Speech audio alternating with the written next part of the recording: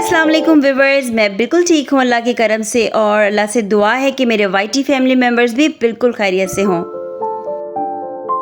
तो जनाब आज का दिन है बहुत ही रोशन और चमकदार और ये वीडियो बनाने और आपसे शेयर करने का बेस्ट दिन है, इसलिए मैंने सोचा कि आज आपसे शेयर करती हूँ सेमी ऑटोमेटिक मशीन को ऑटोमेटिक मशीन के जैसा ही इस्तेमाल करने का बेस्ट तरीका।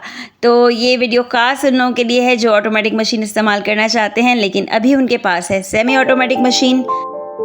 तो आपने ये वीडियो ध्यान से पूरी देखनी है ताकि कपड़े धोना आपके लिए बहुत ही आसान हो जाए, इतना आसान हो जाए जितना कि ऑटोमेटिक वॉशिंग मशीन में होता है। तो आपने भरना है ट्विन टब वॉशिंग मशीन के वॉशर में पानी और साथ ही साथ डाल देना है डिटर्जेंट।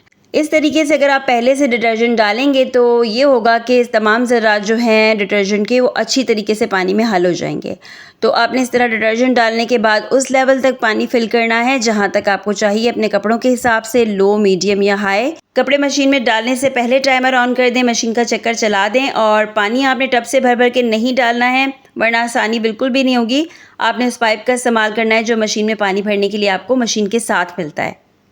मशीन का टाइमर सेट कर देंगे, जितने गंदे कपड़े हैं उस हिसाब से टाइमर सेट कर दिया है मैंने। अब इस चलती हुई मशीन के अंदर डालूंगी मैं कपड़े। सबसे पहले डालेंगे हल्के कलर के कपड़े ताकि जो डार्क कलर के कपड़े हैं उनका कलर जो है पानी में ना आए और लाइट कलर के कपड़े अच्छे तरीके से साफ़ हो जाएं। जितने कपड़े मैंने मशीन में डालने थे वो डाल दिए हैं। अब इसका चक्कर चलने दूंगी जब तक इसका टाइमर ऑफ ना हो जाए।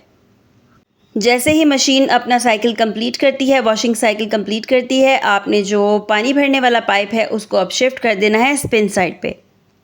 जब आप सुखाने वाली मशीन को खोल कर देखेंगे तो वो जगह नज़र आएगी जहाँ से पानी आएगा, कपड़े धोएगा। अब आपका काम सिर्फ इतना सा है कि आपने वॉशिंग साइड से सारे कपड़े अच्छी तरह निचोड़ के डालने हैं सुखाने वाली मशीन में। तो ये है कि अगर आप अच्छे से निचोड़ लेंगे तो पानी का इस्तेमाल थोड़ा कम होगा और अगर आप ऐसे ही डाल देंगे तो काम तो फिर भी हो जाएगा लेकिन पानी थोड़ा सा ज़्यादा खर्च होगा। यहाँ मैं सारे कपड़े अच्छी तरह निचोड़ के दोनों हाथों से अच्छी तरह निचोड़ के डाल रही हूँ सुखाने वाली मशीन में। जब सारे कपड़े मैं डाल चुकूँगी सुखाने वाली मशीन में तो मैंने इसको कर देना है बंद, इस वाले को। अभी मैंने इसके ऊपर जो ढक्कन है इसका वो नहीं रखा है, जाली जो साथ दी हुई वो नहीं रखी है। अभी सिर्फ मैंने क्या करना है, पानी को खोल देना है। पानी आपने खोलना है और इतनी देर वेट करना है कि जो आउटर है जहाँ से पानी निकल रहा है, पानी का खराज हो रहा है, वहाँ पानी साफ़ हो जाए। पानी शुरू में सर्फ वाला निकलेगा और बाद में क्या हो जाएगा, बिल्कुल साफ़ पानी निकलना शुरू हो जाएगा।